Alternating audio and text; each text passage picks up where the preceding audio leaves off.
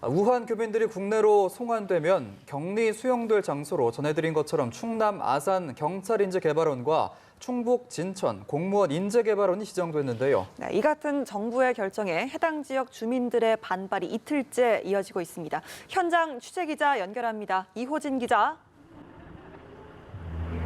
네, 아산 경찰인재개발원 앞에 나와 있습니다. 보시는 것처럼 경찰에 의해 진입로가 확보된 상황입니다.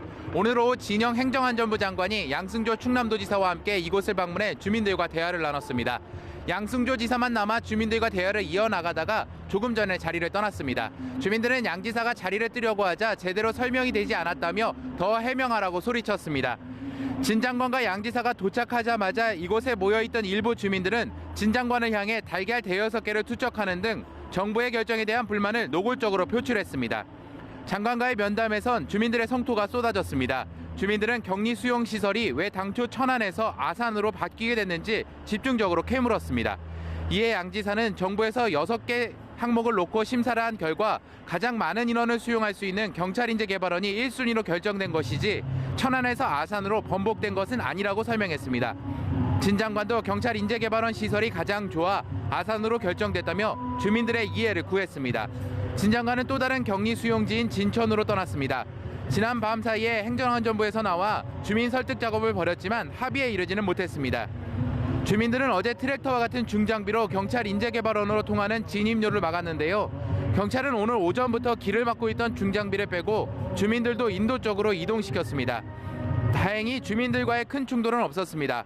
다만 장관과 도지사가 도착하기 직전에 일부 격분한 주민들이 한때 도로에 드러누워 농성을 벌이다가 경찰에 의해 해산됐습니다. 네, 지금 진천도 비슷한 상황이라고 하죠.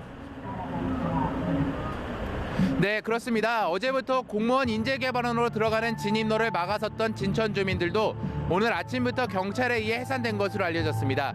이후 주민 100여 명은 인재개발원 앞에서 우한 교민 수용 반대 집회를 열기도 했습니다.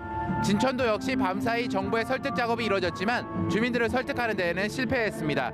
어젯밤 주민들을 설득하기 위해 김강립 보건복지부 차관이 진천 국가공무원 인재개발원 앞을 찾았는데요. 하지만 정부의 졸속 행정에 화가 난 주민들은 김 차관에게 물세례를 퍼붓기도 했습니다. 행정안전부는 잠시 후 진 장관이 진천에 도착해 주민들과 대화를 시도할 계획이라고 밝혔습니다. 두 지역 주민들은 우한 교민들의 격리 수용되어야 한다는 것은 이해하지만 정부의 일방적인 행정이 문제라고 일제히 목소리를 높였습니다. 정부는 우한 교민들을 이들 지역에 격리 수용하더라도 방역에 최선을 다해 주민들에게 신종 코로나 감염 같은 일이 벌어지지 않도록 할 것이라며 주민들을 계속 설득하고 있습니다. 지금까지 충남 아산에서 연합뉴스TV 이호진입니다.